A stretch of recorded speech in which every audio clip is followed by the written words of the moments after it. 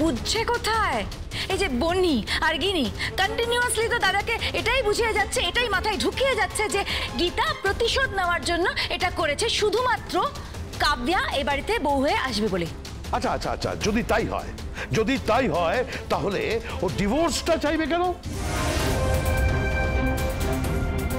তার কারণ ওর কাছে আর কোনো উপায় ছিল না। ওকে তাড়িয়ে দেওয়া হতো এ বাড়িতে। তাছাড়া আমি তো স্বস্তিককে দিয়ে ওর এগেনস্টে আমি ডিভোর্স কেস ফাইল করতাম। আমি কি করব? আমার কি করা উচিত? বড়বাবু বলুন না, আমার কি করা উচিত?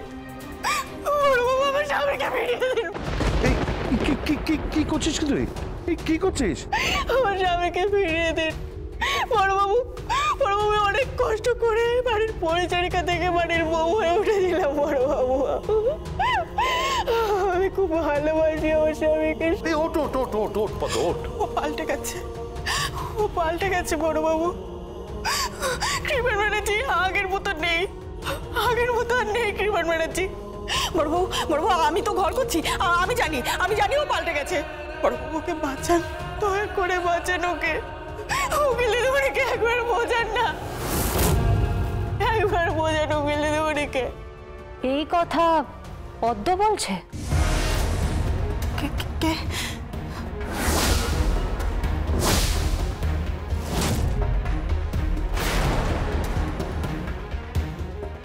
দিদিমণি?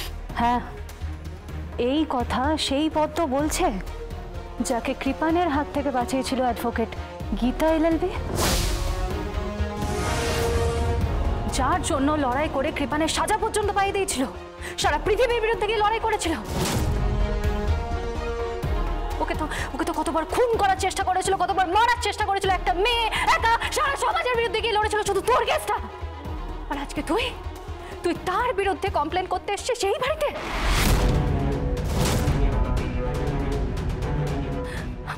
আমার পাপার কাছে। পাপা আমি তোমাকে বলছি, তুমি ওর কথা শোনো না। তুমি একবার গীতা বৌদির সাথে কথা বলো, একবার বসে কথা বলো। আর কি কথা বলার বাকি আছে? হ্যাঁ, এটা তো ফ্যাক্ট যে ও কৃপানকে তুলে নিয়ে গেছে, এটা তো অস্বীকার করা যায় না। আমি তো অস্বীকার করছি না। নিশ্চয়ই কৃপানও কোনো না কোনো অপরাধের সাথে জড়িত আছে। কোন অপরাধ? কি অপরাধ করেছে ও? উত্তর দাও। সেটা তুমি কি করে বুঝবে? তুমি কি লটা পড়েছো? নাকি ক্রিমিনাল লয়ের সম্পর্কে তোমার কোনো ধারণা আছে? আরে বাবা, আমার তো ধারণা আছে। অ্যাডভোকেট অগ্নিজিৎ মুখার্জির তো ধারণা আছে। ঠিক তাই। দাদা তো এই ব্যাপারটা বেশি ভালো করে বোঝেন। এই তুমি এখানে কেন নাক গলাতে এসেছো? তোমার তো ঘর ভাঙেনি মেহেক, ঘর ভেঙেছে এই মেয়েটার। তোমার বরকে তো তুলে নিয়ে যায়নি, তুলে নিয়ে গেছে এই মেয়েটার বরকে। তাই তুমি এখানে বড় বড় কথা বলতে এসো না। বর্দা প্লিজ, আপনি কিছু একটা বিহিত করুন বর্দা। হ্যাঁ বাবা, আপনি এর কিছু বিহিত করুন। ওকে উপযুক্ত শিক্ষা দেওয়াটা দরকার। না, শিক্ষা তো আমি দেবই। তুমি একদম চিন্তা করো না। আমি কৃপানকে আমি চিনি না, কিন্তু আমি পদ্মকে আমি কথা দিচ্ছি যে ওর স্বামীকে আমি রক্ষা করব।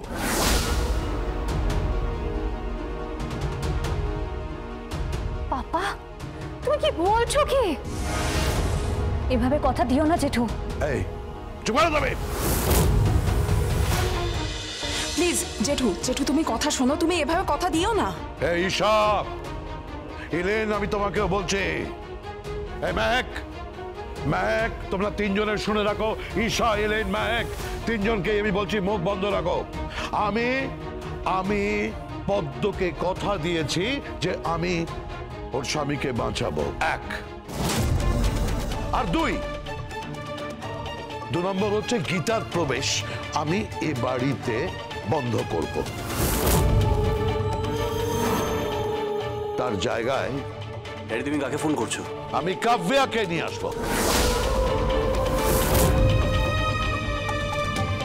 ড্যাডি তুমি ভুল করছো। ড্যাডি তুমি ফোনটা করো না।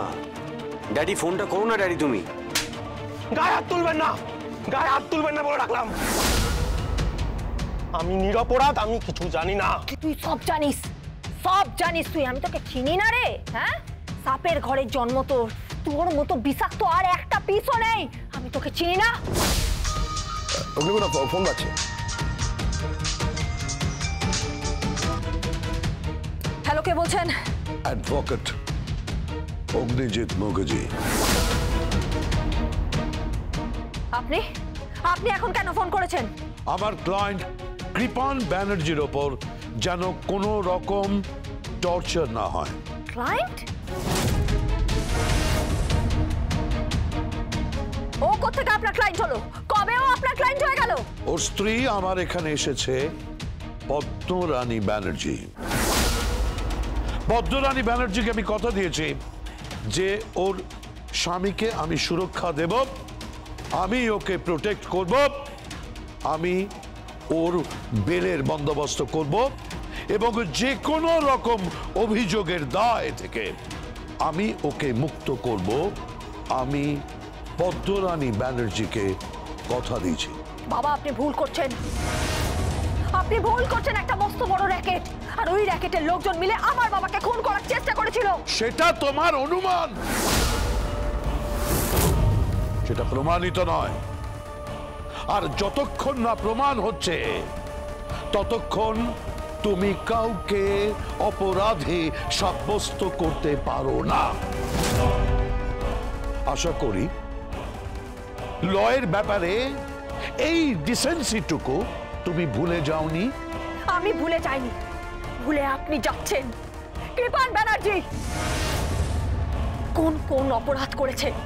পুলিশের খাতায় কোন কোন সেকশন নম্বরে? এই please please please please please, অতীতকে বারবার সামনে এনো না। এই মুহূর্তে পদ্ম আর কৃপান সুখে ঘর করছে। পদ্ম একটা ঘর পেয়েছে, একটা ভালো বর পেয়েছে, ওর উত্তরণ ঘটছে জীবনে। আমাদের প্রত্যেকের উচিত ওর পাশে দাঁড়ানো। এই পরিবারের উচিত, এই মুখার্জি পরিবারের প্রত্যেক সদস্যের উচিত। আমি তাই ওর পাশে দাঁড়িয়েছি। তাই নাকি? তাই? তাহলে পদ্মকে যখন মলেস্ট করা হয়েছিল তখন আপনি কোথায় ছিলেন? হ্যাঁ, তখন কি কৃপানকে সেভ করেছিলেন নিজের মেয়ের জন্য, মেহেকের জন্য, ওর সঙ্গে বিয়ে দেওয়ার জন্য? আপনি তো গিরগিটির মতন রং পাল্টাচ্ছেন মশাই। এই shut up! You shut up! আপনাকে দেখে তো গিরগিটিও লজ্জা পেয়ে যাবে। আপনি যখন ইচ্ছে যেদিকে খুশি পাল্টি খেয়ে যাচ্ছেন। এই Gita, Gita, mind your language. আমি তোমাকে বলে রাখছি, তুমি আমাকে চেনো না। আমি আপনাকে চিনি, আর চিনি বলেই আপনাকে বলছি আপনি এর মধ্যে ইনভলভ হবেন না। দেখুন, আমার পদ্মর প্রতি ততটাই সহানুভূতি আছে, ততটাই কর্তব্য আছে যতটা আপনার আছে। হয়তোবা আপনার থেকে বেশি আছে, কারণ আমি ওর দিদির থেকেও বেশি। যদি এই কৃপান ব্যানার্জি যদি নিরপরাধ হয় না, তাহলে আমি আপনাকে বলছি আমি নিজে ওকে ওই বাড়িতে ফিরিয়ে দিয়ে আসবো। আমিও চাই পদ্ম আর কৃপান সুখে সংসারটা করুক। না, তুমি চাও না। তুমি চাও ও সুখে সংসার করুক। বড়বাবু, বড়বাবু, আমার ফোনটা একটু দিন না, একবার দিন না, দিন না ফোনটা একবার। হ্যালো হ্যালো, তুমি তুমি চাও না না যে আমি সুখে সংসার করি? এখন তুমি শোধ নিচ্ছ নিজে। তুমি তুমি কাব্বা দিদিমণির জন্য শোধ নিচ্ছ না? কাব্বা দিদিমণির জন্য শোধ নিচ্ছ। ওই কাব্বা দিদিমণির জন্য, মানে কাব্বা দিদিমণির সঙ্গে ওই স্বস্তিক দাদা বাবুর বিয়ে হবে সেই জন্য শোধ নিচ্ছ। কিন্তু কিন্তু দেখো, এতে তো আমাদের কোনো হাত নেই, আমরা কেউ দায়ী নই। বলো, তুমি তো নিজে ওই কাগজপত্রে সই সাবুত করে ডিভোর্স দিয়ে এখান থেকে চলে গেছো।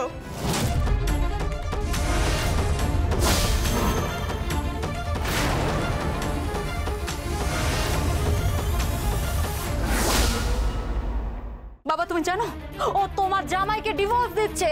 না কিনি, আমি এটা বিশ্বাস করি না। সমস্ত সাইন করা পেপারস আমি তোমাকে দেখাচ্ছি, দাঁড়াও। স্বস্তিক মুখার্জিকে ট্র্যাপে ফেলা হয়েছে। কি বলছো কি তুমি? তাকে কলকাতার বাইরে নিয়ে যাওয়া হচ্ছে।